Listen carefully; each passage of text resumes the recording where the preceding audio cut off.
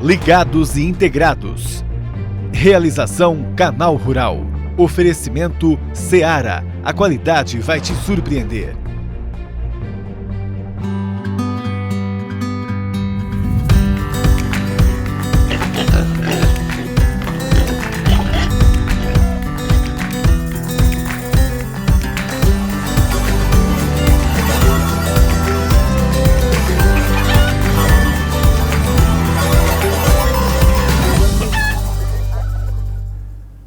Bom dia! Embrapa chama a atenção do agronegócio brasileiro sobre transporte e armazenamento de produtos. O mercado está mais exigente quanto à rastreabilidade na pandemia. Vamos saber com o pesquisador Marco Pimentel. Hoje vamos falar de perus, como é o desenvolvimento do ovo, como funciona a incubação, gema e clara são comestíveis? Evandro dos Santos entende tudo e vem contar pra gente. Tem muito mais informação, a previsão do tempo e você na tela do canal. Vamos começar e agora? A China vai leiloar 20 mil toneladas de carne suína congelada e está marcado para essa sexta. O maior consumidor de carne suína do mundo já vendeu 550 mil toneladas de carne das reservas só esse ano. E faz isso para ajudar a baixar os preços altos por lá, depois que os surtos de peste suína africana dizimaram o enorme rebanho de suíno do país. Outros 5 casos de peste suína africana foram diagnosticados na Alemanha, no estado de Brandenburg, todos em javalis selvagens já encontrados mortos. O local fica perto do primeiro caso de PSA confirmado na semana passada, informou o Ministério da Saúde do país. Os testes iniciais deram positivo, mas os testes finais estão em andamento para a confirmação do Instituto Científico Friedrich Loeffler, da Alemanha. A China e outros países, como o Brasil, proibiram as importações de carne suína alemã nos últimos dias, após a confirmação do primeiro caso. Agora aqui no Brasil a gente fica de olho na previsão do tempo, que inclusive o clima deu uma mudada essa semana aqui pelo Sudeste, bem repentinamente. A Priscila Paiva atualiza pra gente. Bom dia, Pri. Olá, Pablo. Boa quinta-feira pra gente. Começando pelo mapa de água disponível no solo, que mostra que mesmo com o fim do vazio sanitário em diversos estados do Centro-Oeste, como é o caso de Mato Grosso do Sul, Santa Catarina, São Paulo, Minas, sul do Pará e Rondônia, esses estados agora no dia 15, mesmo com o fim do vazio sanitário, a chuva não voltou de forma muito significativa. Apenas Santa Catarina é que vai ter mais umidade nos próximos dias, por causa de uma frente fria que está no oceano, também associada a um ciclone extratropical. A gente tem sinal verde também para o plantio de milho no Rio Grande do Sul, porque no Rio Grande do Sul sim a gente tem chuva de 15 aí a 19 de setembro, nesse período, com volumes que chegam aí até 70 milímetros acumulados em algumas áreas. A gente pega e percebe que de 20 de setembro a 24, a chuva até ganha mais força no norte do Rio Grande do Sul e sul de Santa Catarina. E este aqui é o sinal verde para as atividades em campo, já que vamos ter umidade suficiente. Agora o Paraná, por conta dessas várias semanas de tempo mais seco que a gente teve, a umidade do solo diminuiu bastante. Então, os nossos meteorologistas estão dando sinal amarelo para o plantio. Então, porque o solo ainda tem 30% de água disponível, é pouco, tá? Olhando em todo o Brasil central, onde tem a grande expectativa do retorno da chuva, sinalzinho vermelho. Sabe por quê? Porque mesmo se chover de 25 a 29 aí de setembro, é uma chuva de baixo volume acumulado. Então, a gente ainda tem que esperar um pouco mais, porque a tendência de umidade do solo é que a gente tem uma diminuição em parte do Paraná e apenas um aumento entre São Paulo e sul de Minas. E o que está acontecendo lá no oceano? Olha a arte que a gente preparou. Área de baixa pressão associada a uma frente fria e, na sequência dessa frente fria, ar frio. Quem pensou que o frio já tinha ido embora, já tinha se despedido, se enganou. A gente ainda está aí com uma onda de frio prevista, principalmente para o Rio Grande do Sul. Antes tem tempestade, tá? Aí a gente vai ter que ver que tem ventania a partir da quinta-feira. Isso vale pro Paraná e para Santa Catarina. Portanto, muita atenção. E depois disso, cadê o frio? De 21 de setembro a 25 de setembro, frio intenso, principalmente na região da Campanha Gaúcha. Até a próxima! Frio de novo no sul, Pri, meus pais não aguentam mais, ficam pedindo por sol. Agora vamos mudar de assunto, porque produzir frango no Brasil ficou mais caro de novo no mês de agosto, alta de mais de 6% em relação ao mês anterior e quase 30% em relação a agosto do ano passado. Essa tela aqui mostra pra gente agora uma variação, então, aí, desde o começo do ano e comparando esse ano com o ano passado. Eu vou ler aqui para vocês, acompanhem comigo. Olha só como esse gráfico aí em amarelo mostra a variação dos preços, então, do custo de produção do frango no ano passado. Repara que essa montanha-russa ali de baixo, ela é menos agressiva, né? Agora, olha só em 2020 o que aconteceu, que adrenalina essa montanha-russa aí. A gente começou lá pelos R$3, ali por março já pulou para uns R$13,40, aí estabilizou um pouquinho e olha só, agora, nessa época do ano, nós estamos a quase R$4 para produzir cada quilo de frango, hein, gente? O interessante é que nesse mesmo espaço de tempo, o preço médio alcançado pelo frango vivo foi de R$ 3,35 o quilo. Remuneração para o produtor 3% superior à registrada entre janeiro e agosto do ano passado. Em outras palavras, se é que houve aí algum lucro, né, efetivo nesse ano, ele já se diluiu aqui totalmente no decorrer de 2020. Nem é preciso dizer que a pandemia do novo coronavírus mudou muita coisa no nosso comportamento, né? Você também já deve ter visto que as exigências são maiores quanto ao transporte e armazenamento de produtos. Todos os processos têm que ter o mínimo de contato humano e mais higiene. Até mesmo em funções que não parecem precisar desses cuidados, estão tendo que se adaptar, como a colheita, o transporte e o armazenamento do milho. Pois é, a Embrapa chama a atenção de quem trabalha com essa commodity porque é um importante produto de exportação e nós não queremos problemas no mercado. Vamos conversar então com o pesquisador da Embrapa, o Marco Pimentel. Ele já está aqui conectado com a gente.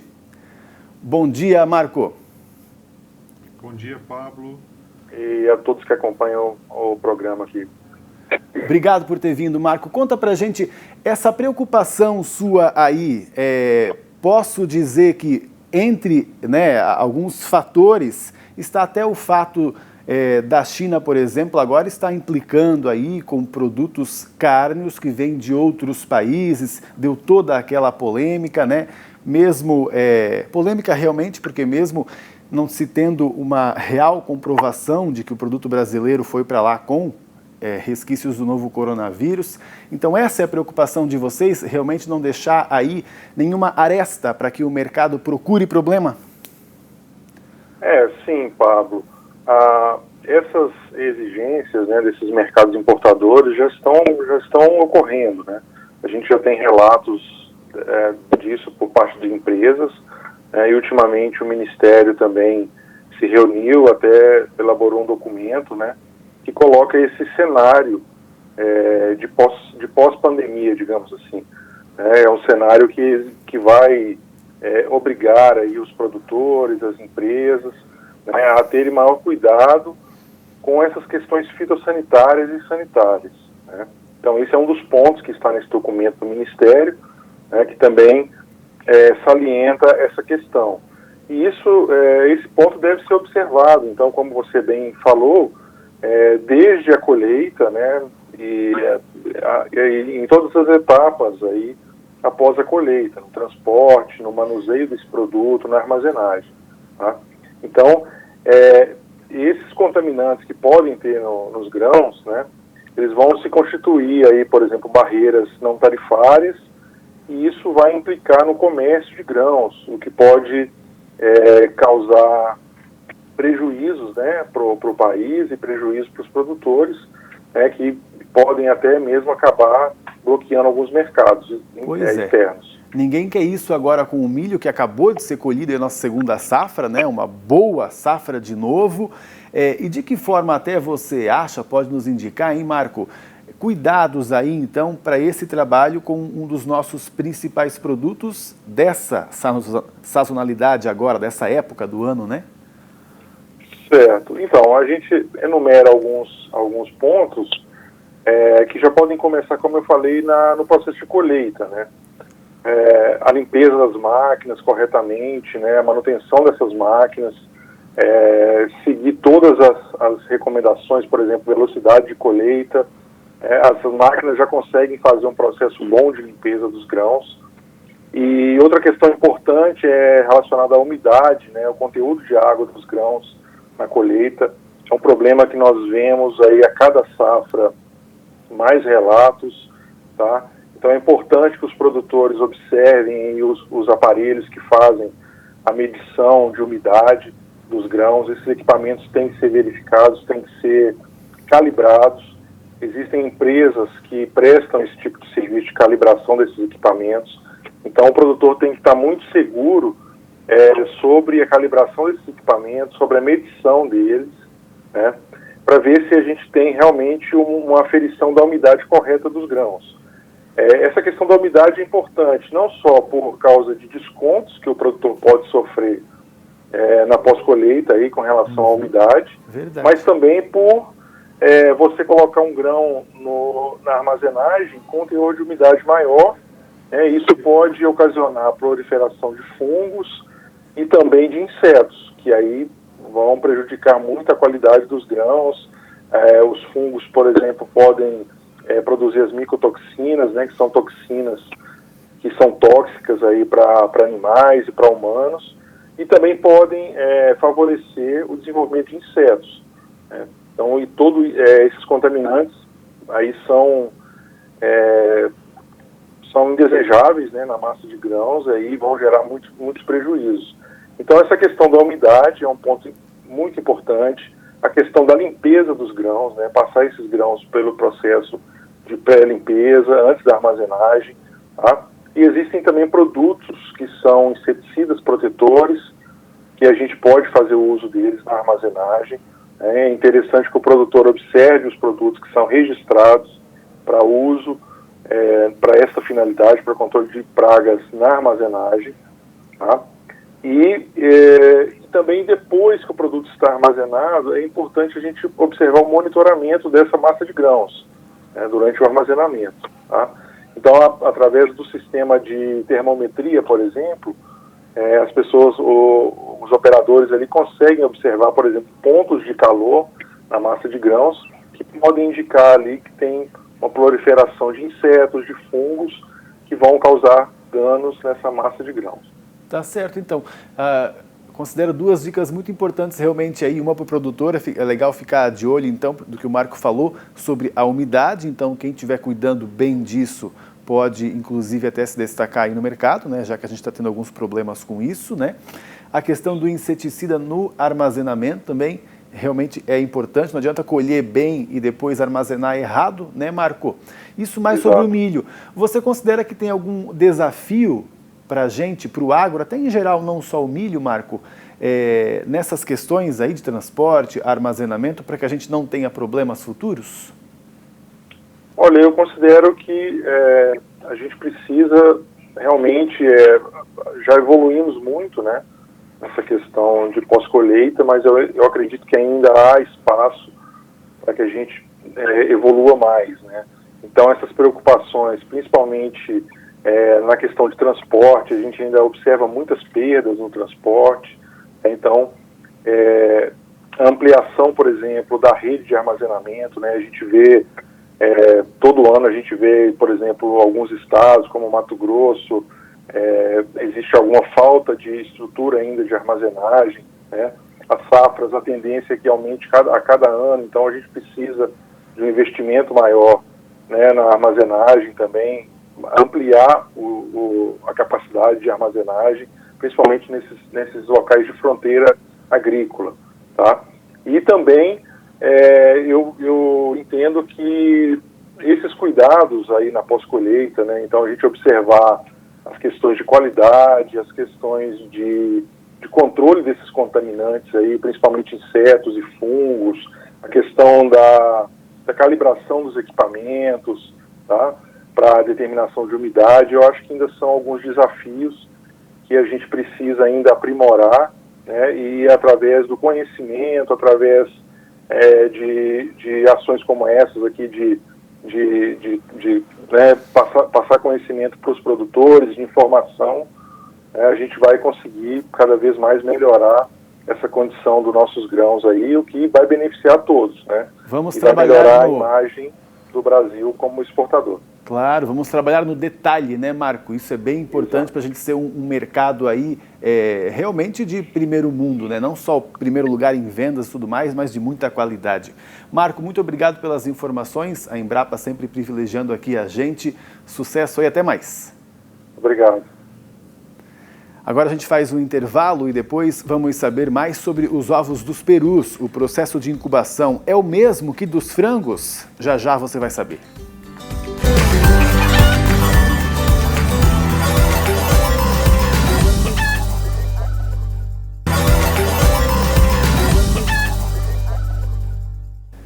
Ligados Integrados de volta.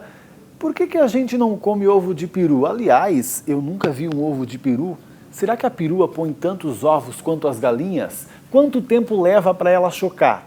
Tantas dúvidas, né? Que a Júlia Fabre foi pesquisar para a gente aí essas curiosidades e agora traz para a gente conferir juntos. Bom dia, Júlia. Muito bom dia a todos! Vocês podem até não saber muito sobre o manejo de perus, mas com certeza já repararam que as peruas são maiores que as galinhas, não é verdade? Só por isso já dá para deduzir que a reprodução das galinhas e das peruas guarda algumas semelhanças, mas também muitas diferenças. Para gerar peruzinhos, a proporção é de um macho para cada 8 a 10 fêmeas. Essa é só uma das informações que eu separei para vocês. Vejam a reportagem e depois contem pra gente se vocês já comeram ovos de peruas. A partir dos 9 ou 10 meses de vida, esse é o momento ideal para os machos de perus começarem a reproduzir. Eles podem se manter assim reproduzindo até os 3 anos de idade. Já as fêmeas iniciam a função reprodutiva no 8º mês de vida. A partir daí, o produtor pode contar com um total de 4 posturas ao ano, concentradas entre julho e setembro. Cada acasalamento gera de 15 a 25 ovos. As peruas chocam de 15 a 18 unidades de uma vez só. Os filhotes nascem após 28 dias.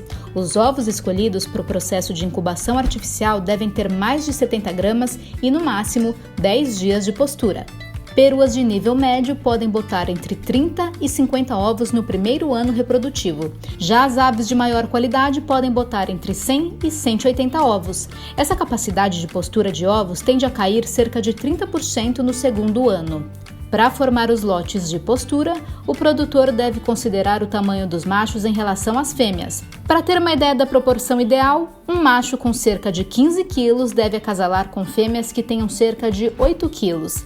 Geralmente, em grandes criações, a inseminação artificial é utilizada com frequência, garantindo bons resultados. Ah, ficou curioso para saber se os ovos das peruas são comestíveis, né? São sim. Dizem que o sabor é semelhante ao ovo da galinha, mas como a casca é um pouco mais grossa, pode demorar mais para cozinhar. A membrana também é mais grossa e contém uma grande quantidade de clara. Os ovos de peru podem ser de 30 a 50% maiores que os da galinha e pesam entre 80 e 90 gramas. Um ovo de perua tem até 2 vezes mais nutrientes que o da galinha. A desvantagem é que ele tem uma grande quantidade de colesterol.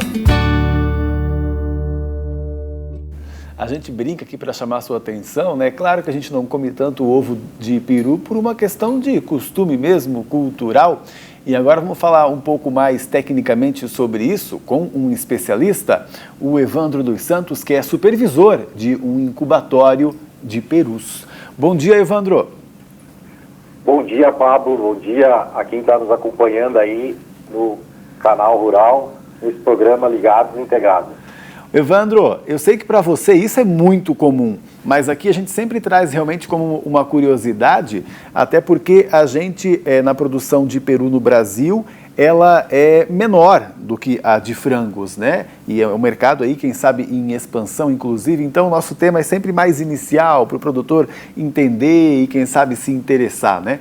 Mas conta pra gente aí, no trabalho de vocês nesse incubatório, é igual ao dos frangos? Vocês, por exemplo, têm os cuidados todos sanitários com os ovos, vacinas nos ovos, também tem todo esse tipo de preparação? Sim, Pablo, é bem semelhante à biosseguridade, né? As barreiras sanitárias que a gente tem, já começa pelo banho na entrada do incubatório, da equipe de produção, troca de roupa, de uniforme, né? Usa 100% o uniforme da empresa e banho 100% dos colaboradores também. E tem todo um processo que é semelhante aos incubatórios de pintos. Tem um caminhão exclusivo para puxar esses ovos de cada integrado, de cada granja, né? É bem semelhante aos de esse processo. Tem algumas particularidades, Paulo. Deixa eu te perguntar até sobre as vacinas, até que eu já citei. Também tem muitas em ovos, assim como o dos frangos? Não, são menos vacinas do que no frango, Pablo. A gente tem um programa vacinal que a gente ganha da sanitarista, que é desenvolvido pela empresa, o programa, e a gente aplica aquele dali. É feita a vacina em ovo, né? É semelhante aos incubatórios de pintos, a vacina é realizada em ovo, dentro do ovo lá na hora da transferência. Certo. Fala mais aí dessas diferenças aí. Começando a grande diferença, né, Pablo, é o ciclo de incubação. Da galinha é 21 dias e aqui no peru, aqui em Salvador do Sul, nosso incubatório, o ovo de peru é 28 dias. 28 dias o ciclo, então seja bem diferente, apesar que é um ovo igual da galinha, um pouco maior, mas porém o ciclo dele é 28 dias. Ele tem, por acaso, a gente até viu na reportagem ali, que parece que ele é mais forte, realmente não. Ele precisa de menos cuidados até nesse armazenamento, nesse transporte. Ele é um ovo que tem uma casca mais grossa ou nada a ver isso? Sim, ele é um ovo que tem uma casca mais grossa, tem uma película interna mais, que a membrana, né, interna da casca do ovo é mais dura do que da galinha, né, do que o ovo de galinha, né? Ele é bem mais resistente, mas não por ser mais resistente que ele não tem que ter todos os cuidados, desde biossegurança, de manuseio desse ovo, não pode deixar cair, tem que chegar no incubatório, tem que fazer a classificação dele, tem que incubar os ovos realmente bons para manter o peruzinho lá no final do ciclo dos 28 dias de excelente qualidade. E no nascimento, do peruzinho, como que é esse comportamento aí deles, né? E quais cuidados que vocês precisam ter? Lá no nascimento, a gente transfere eles, então lá no nascimento, a gente transfere eles com 25 dias, né, para o nascedouro, então sai de uma bandeja de incubação para uma caixa de eclosão, eles ficam 3 dias desse nascedouro. E nesse nascedouro a gente tem que ter cuidados, desde temperatura, a cada hora a gente faz o controle de temperatura, umidade, ventilação. A gente olha a janela de nascimento desse nascedouro também para ver quanto está nas 30 horas antes do saque, antes de ir lá e retirar do nascedouro para fazer o processo de sexagem. Então a gente monitora esse processo deles, monitora a perda de umidade desse peruzinho, se ele perdeu a quantidade correta de umidade. Ele é um animal mais resistente que o pintainho? Apesar dele ser grande, dele ser maior que o pinto, o peruzinho ele tem que ter os cuidados normais que nem um pinto, porque ele não é mais resistente não, ele só é maior, mas tem que ter todos os cuidados que nem tem com um pintinho. E também desde biossegurança, de manuseio. E também aí com um dia de vida ele já pode ir para a granja? Na verdade dá 12 horas, né, Pablo, da retirada do nascedouro. Então após os 28 dias, se retira do nascedouro e aí faz a sexagem dele. A sexagem é pela cloaca, né, pela bundinha do peruzinho. Depois da sexagem se faz o tratamento do bico, que põe eles numa máquina. A sexagem é manual pelos nossos sexadores, funcionários dentro da empresa ali. E o tratamento do bico é uma máquina automática, onde tu põe eles na máquina, passa um raiozinho de luz, na ponta do bico, e esse bico cai a partir dos 10 dias lá depois do alojamento. Muito lá no curioso. Espero que a pandemia acabe logo, que eu quero visitar aí como que é o incubatório de peru. Evandro, bom trabalho aí para vocês. Obrigado, Pablo. Igualmente. Sucesso, até mais. Todo mundo sabe, falando aí sobre esse assunto, né, como a galinha ou a perua choca o ovo, né? Ela fica ali sentadinha, quietinha, mas o que acontece nesse momento, biologicamente falando, para que a temperatura corporal da mãe consiga desenvolver o pintainho ou o peruzinho dentro do ovo? Eu lanço cada dúvida, né? Até parece criança, mas assim é bom que a gente aprende tudo sobre o agronegócio, porque criar é ciência.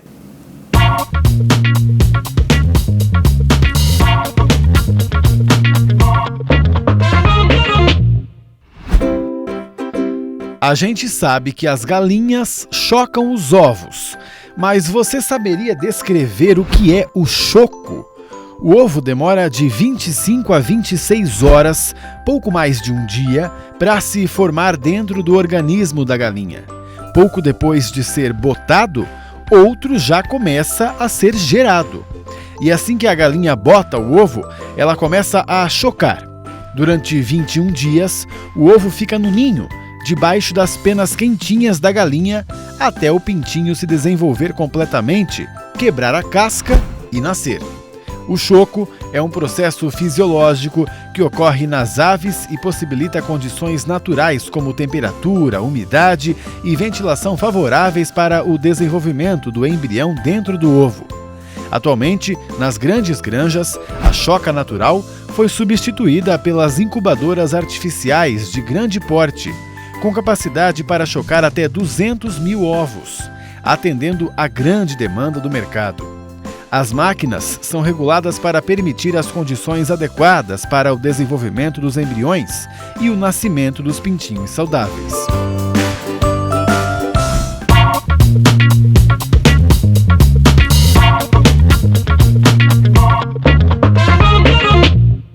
Legal, espero que você tenha gostado do nosso programa e sabe que a gente volta amanhã, né? No mesmo horário e nos mesmos canais, Canal Rural e Canal do Criador, hein?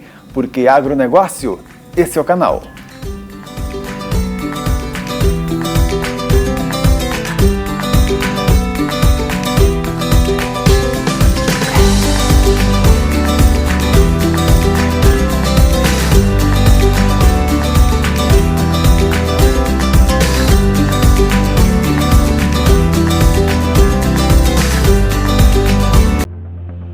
Ligados e integrados.